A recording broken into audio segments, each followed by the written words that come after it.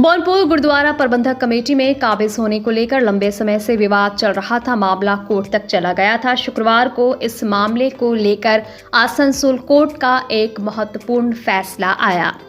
इस पूरे मामले को लेकर कोर्ट में मामला करने वाले बौनपुर गुरुद्वारा प्रबंधक कमेटी के सचिव सुरेंद्र सिंह अत्तू के अधिवक्ता देवेंदु घोष ने आसनसोल अदालत परिसर में संवाददाता सम्मेलन किया। उन्होंने पत्रकारों को जानकारी देते हुए बताया कि आसनसोल कोर्ट ने वर्ष 2023 में गुरुद्वारा प्रबंधक कमेटी के पूर्व सेक्रेटरी सुरेंद्र सिंह के पक्ष में फैसला सुनाया था।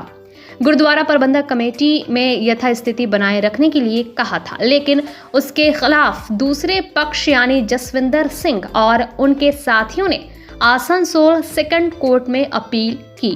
2023 में यह अपील की गई थी, जिस पर गुरुवार को फैसला आ गया। इस फैसले में सुरेंद्र सिंह के पक्ष में जूनियर डिवीजन कोर्ट ने पहले जो फैसला सुनाया था उसी को मान्यता दी गई और जसविंदर सिंह और उनके साथियों द्वारा बौनपुर गुरुद्वारा प्रबंधक कमेटी के संचालन को अवैध करार दे दिया गया।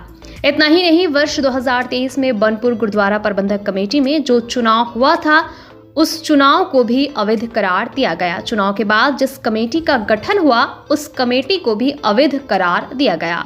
कोर्ट ने कहा है कि जसविंदर सिंह और उनके साथियों को बौनपुर गुरुद्वारा प्रबंधक कमेटी के संचालन का कोई अधिकार नहीं है। हालांकि जब देवेंदु घोष से पूछा गया कि अब आगे की कार्रवाई क्या होगी तो इस पर उनका क्या कहना था, आइए सुनते हैं विस्तार के साथ।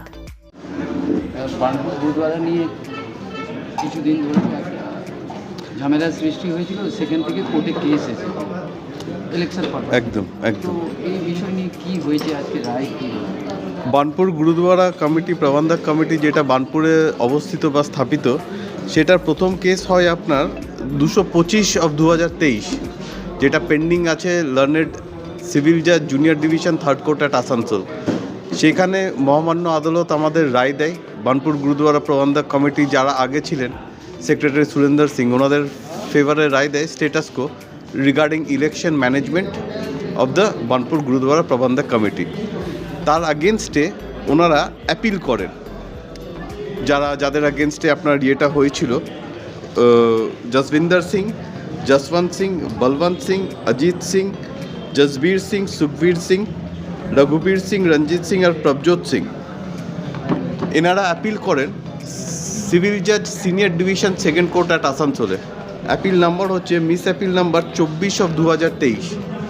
সেখানে এই কেসে মিস অ্যাপিল কেসে 24/2023 কেসে 4/12/2025 লার্নেড সিভিল জাজ senior division second court at Asansol ওনাদের অ্যাপিলটা খারিজ করে দেন। শুধু খারিজ করে দেন না, এখানে খুব স্ট্রং অবজারভেশন দেয়। আমি একদম লার্নেড কোর্টের অবজারভেশনসগুলো পড়ছি, যেখানে ওনারা বলেছেন যে একটা অবৈধ ইলেকশন এই অ্যাপিলেন্টরা মানে জসবীর সিং, জসবন্ত সিং এনারা একটা অবৈধ ইলেকশন কন্ডাক্ট করেছিলেন in the month of May 2023. So that election has no validity in the eyes of law. The learned court has said that the appellants have not approached the court with clean hands. On the contrary, they have challenged the order of the learned court, which they have already violated. যেটা trial কোর্টের order ছিল, these people who have illegally conducted the election has violated the order of the learned court. Appellants did not show any fairness and could have approached the trial court for passing necessary order. The order passed by the learned court while disposing temporary injunction period of plaintiff does not suffer from any material irregularity, as it was based on sound principle of law and passed after taking into consideration of all facts and circumstances and on equitable principles. In such consideration, the order challenge does not suffer from any infirmity and thus does not have invite interference. মানে আমাদের appellate court learned trial কোর্টের অর্ডারটাকে upheld করলেন আর বললেন যে status কো অর্ডারটা learned trial court দিয়েছিলেন সেটা একদম আইনগত। আর অ্যাপিলেন্টরা বা জসবিন্দর সিং বা জসবন্ত সিং বা ওনারা যে ইলেকশনটা ফর্ম করেছে বা ম্যানেজমেন্টটা ফর্ম করেছে, দ্যাট ইজ কমপ্লিটলি ইললিগাল। তো সেই মর্মে আজকে জাজমেন্ট পাস হয়েছে 4/12/2025 পাস হয়েছে। ইভেন কি এইখানে লার্নেড কোর্টের জাজমেন্ট হচ্ছে যে I differ with the agreement placed by the learned lawyer of the appellant. It was contention of appellant themselves in the stay application that Gurudwara was in existence since 1946, and from the very date of establishment, the said Gurudwara was being run by the people of entire Sikh community of Burnpur. Learned court has simply given an injunction order in the form of status quo, but in literal sense, the learned court had actually passed stay order against any change, modification and alteration in the management, including convening of the election schedule on 26/3/2023. মানে এখানে the order sheet is very simple and very explicit যে এই যে ওনারা নতুনভাবে যে ইলেকশনটা করেছিলেন, that election was completely illegal. যে নতুন বডি ফর্ম করেছিল, that body is completely illegal.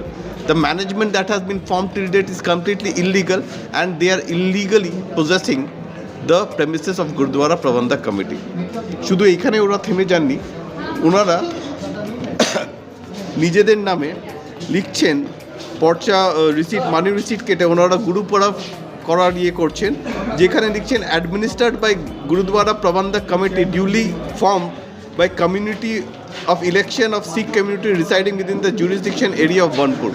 Court ওনাদের কমিটিকে বা ওনাদের কমিউনিটিকে কোনো ভ্যালিডিটি বা কোনো স্যাংশন দেয়নি।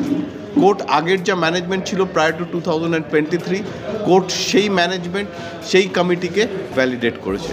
So this is my plea to all the Sikh members of Gurudwara and all the Sikh members of Burnpur যে please don't go, follow the order of the court. ওনারা কী বলছেন, কারা কী বলছেন, ওনাদের কথায় কান না দিয়ে অর্ডার শিটটা আমরা বার্নপুর গুরুদ্বারা কমিটিতে অ্যাফিক্স করব।